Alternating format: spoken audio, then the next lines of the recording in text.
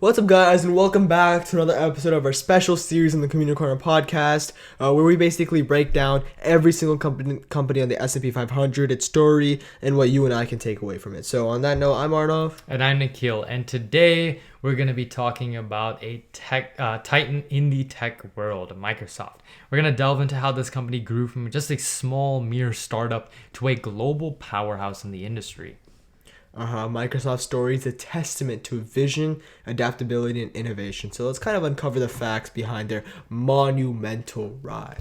Yep. So I think early in its day, Microsoft really began its ascent in really 1975 when it started. So childhood friends Bill Gates and Paul Allen founded Microsoft, and their big break really came when the development of MS-DOS, an operating system for the IBM PC, which set the foundation for their future success, really came up. And kind of like talking about their futures, or like their early success. Some of the early strategies that really set Microsoft apart was that it was really centered around software, not just hardware. Especially in the 1970s, where technology was literally breakthrough, or not even like a thing, and they kind of were pioneers in this market.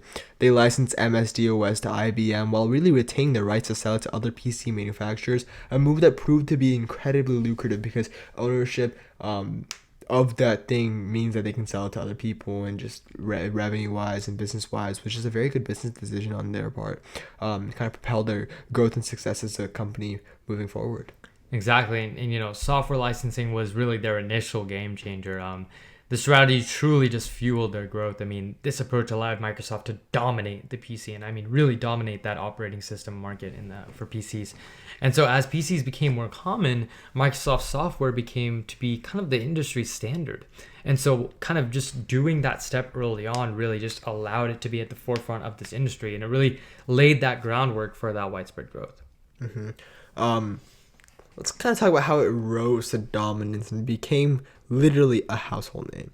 And I think the 80s and 90s really pivotal for Microsoft during this time. And I think some of the key milestones that were part of it was the introduction of Windows in 1985, which kind of marked a major milestone, right? It revolutionized user interfaces with this graphical approach, as well as the launch of Microsoft Office in 1989, which kind of further cemented their position in both personal and business computing. Yeah, and one thing that's important is that Microsoft really maintained its edge in a rapidly evolving industry. Continuous innovation was truly vital to its success. Microsoft consistently updated and improved Windows and Office, and adapting to new technologies and customer needs. Their expansion into an enterprise software and cloud computing further diversified their portfolio. And one thing I'd like to add is, over the past few years, they've been spending a lot of money into AI, which is could have been this kind of subsection of technology and things like that that's really come to this forefront. And this really all culminated a few weeks back. I don't know if you guys heard, where Sam Altman was basically fired. Okay. Yeah, Sam Altman was fired from OpenAI, the company that made famously known for making ChatGPT. And Microsoft was basically almost signed him on, and 700 of the 770 employees on OpenAI threatened to quit and join Microsoft. So the fact that they were, just willing and really able to kind of get a jump start on that, to really be able to push their AI expansion, is something that really, I really truly believe is a testament to that kind of adaptability of their company. Yeah, I think that was really well said, but just kind of diving off into a little humor side of things, I think you mentioned maybe a minute ago that Microsoft maintained its edge. I think every once in a while you give us a treat with a nice pun, so thank you for the edge pun. Of course, Arnav, of course. I'm quitting this.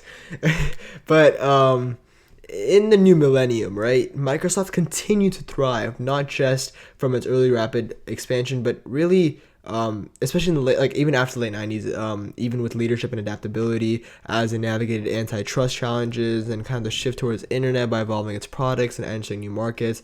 Even with gaming with Xbox and online services, it's really continued to thrive even in the new millennium, in the 21st century, under leaders like Steve Ballmer and later Satya Nadella. It really has embraced cloud computing and AI. especially with Azure becoming a major player in the cloud market, rivaling AWS, which is Amazon's cloud service. This kind of focus shifted towards services and integration, really expanding beyond traditional software, has been a major key, like a key factor in their growth in 21st century. Yeah, and I think some of the strategies that really keeps Microsoft afloat right now is I think its ability to focus on innovation and really just the future, as I like to put it.